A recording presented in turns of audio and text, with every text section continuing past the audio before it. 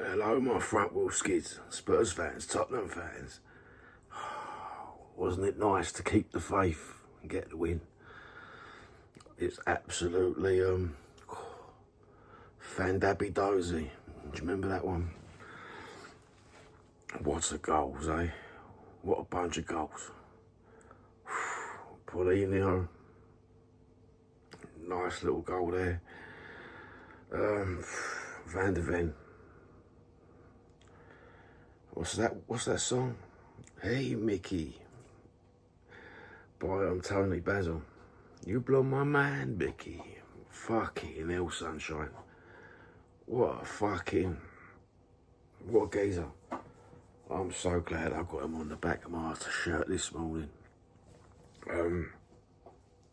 Mind you, I've not even got dressed yet. I'm still in my camouflage pyjamas for the bedroom warfare days. And do you know what? What a great game. What a great game.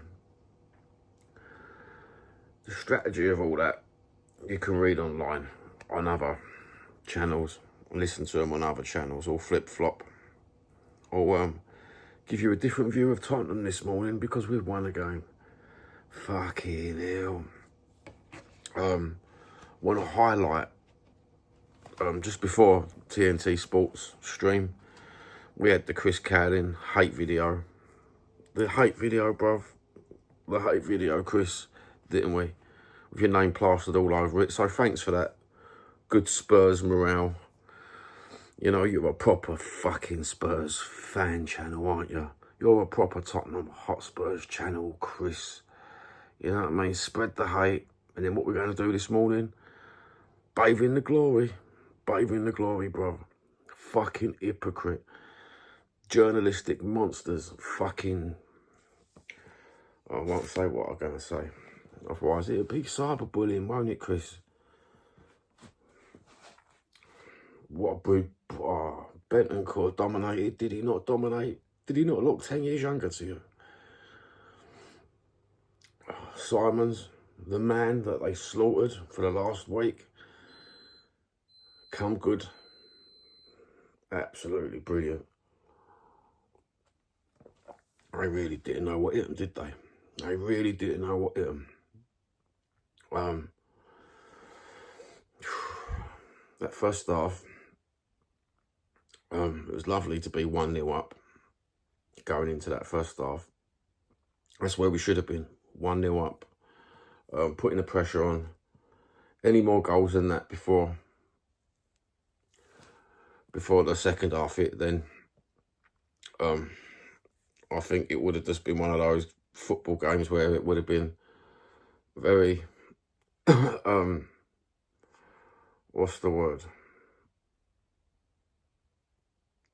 It would have been exciting with it as it was, you know. Second half come, and wow, absolutely wow. Sending off by Brennan Johnson. At the end of the day, he did use his studs, and no matter I didn't think it was a sending off, the rules do state it was a sending off offence. So his leg bounced, but what can you do, eh? As soon as Johnson went off, we looked like a different team. The Johnson goal, that was absolutely sublime. That angle on the Johnson goal, my good God, he's been playing too much snooker. That angle was absolutely, that was a Steve Davis angle, wasn't it? And he got it, bruv. Hats off, mate. Johnson again, ole, ole. I'm glad that the crowd actually knew one of those songs to sing. There's not many words to that one, so fair play, you slags. The sending off, yeah. As soon as we got sent off, everyone's face, oh man, we're down at 10 men. What's going to happen there? I bet everybody shit the bed, didn't they? No, I did not shit the bed. I thought something special was going to happen tonight, and it did. My good God, we look like a totally different team with 10 men. No doubt you'll have loads of other Spurs content this morning saying on this afternoon. Yeah, but it was a shit Copenhagen team. Yeah, it was a shit Copenhagen team. That's why we give them an head start. And we had 10 men. We've still done it with 10 men. The bringing on of Dane Scarlett was the highlight of one of my absolute favourite players. You don't get to see him play much. Followed his career since he was a young kid, and do you know what? He's had his injuries. He's come back.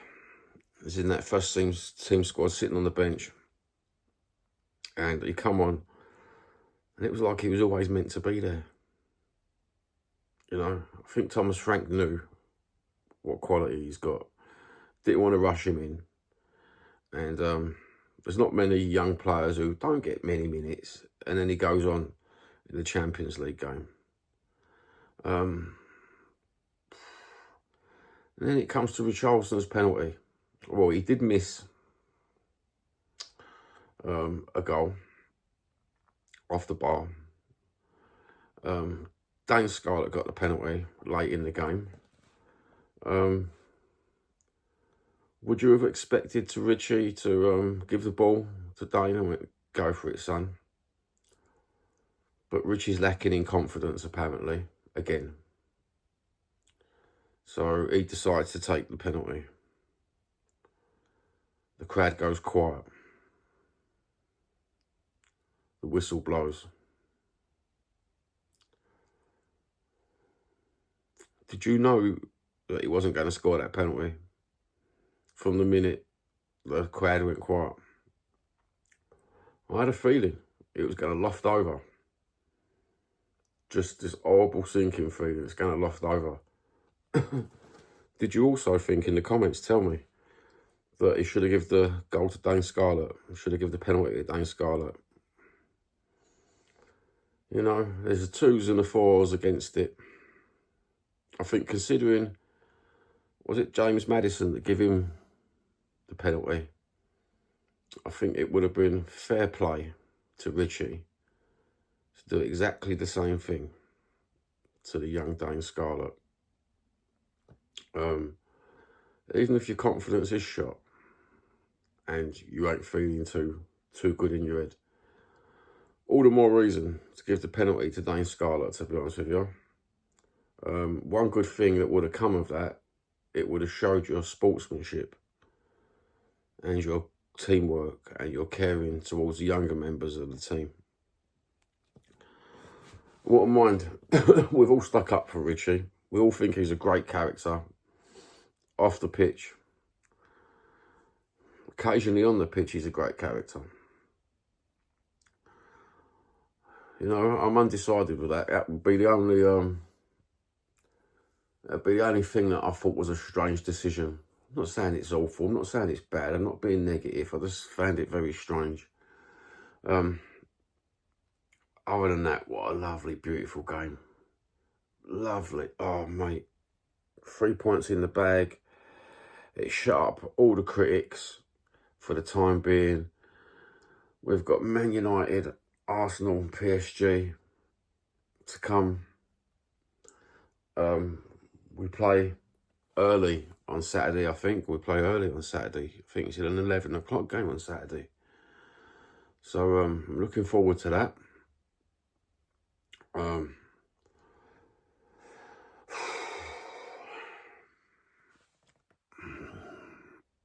You only sing when you're winning.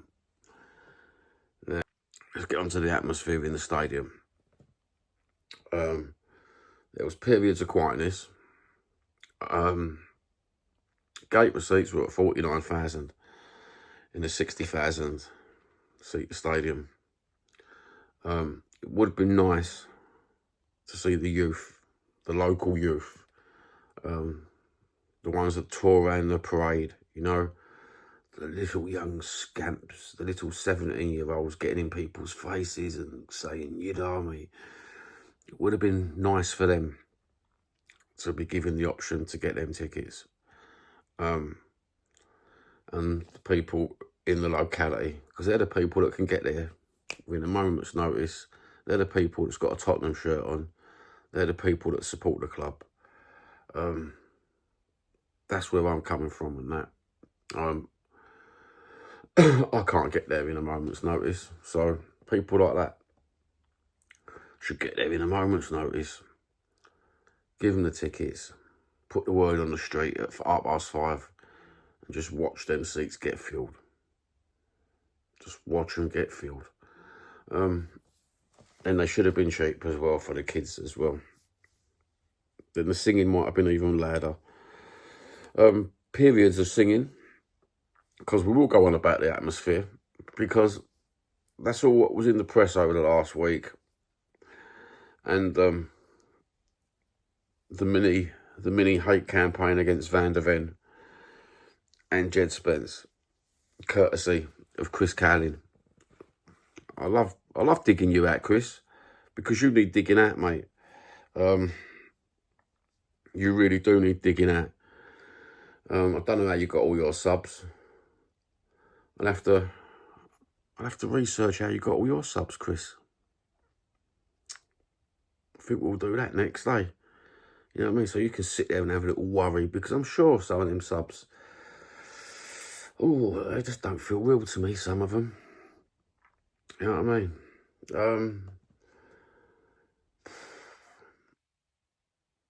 Yeah, the crowd.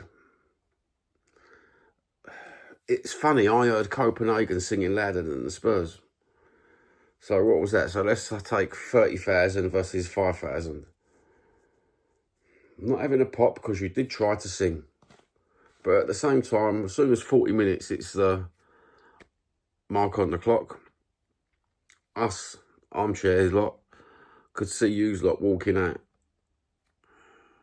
the stadium to go and queue up at 40 minutes.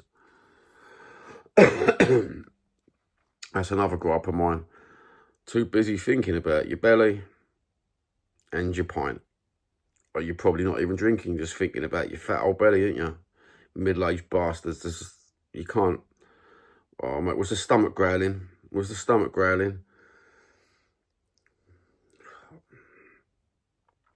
Absolutely mental. Anyway, what other gripes was there with the let's have a gripe with the X lot. For the last week or 4 days, they've been absolute poison. Slaughtering the club left, right and centre, these faceless profiles. We've had content creators slaughtering us. Even during the game on watch-alongs, they were saying we should have been up 3 or 4-0 by now. They really haven't a clue about football.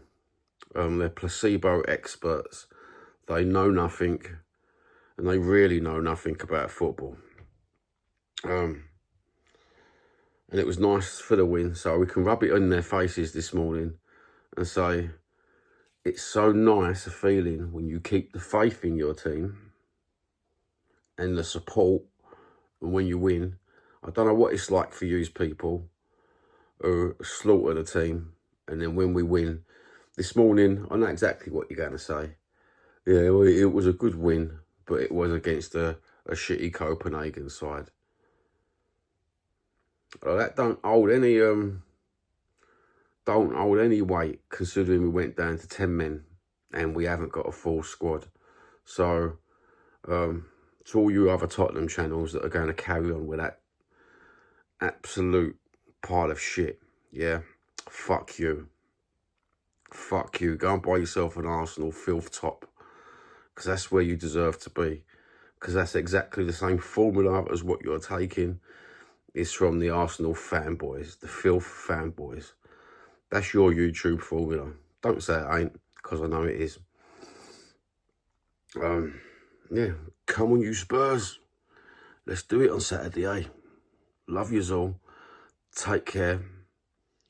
And Johnny didn't cut his hair, but I did shave that little dirty bit of hair off me fucking beard last night. Have a good one. Take care. God bless.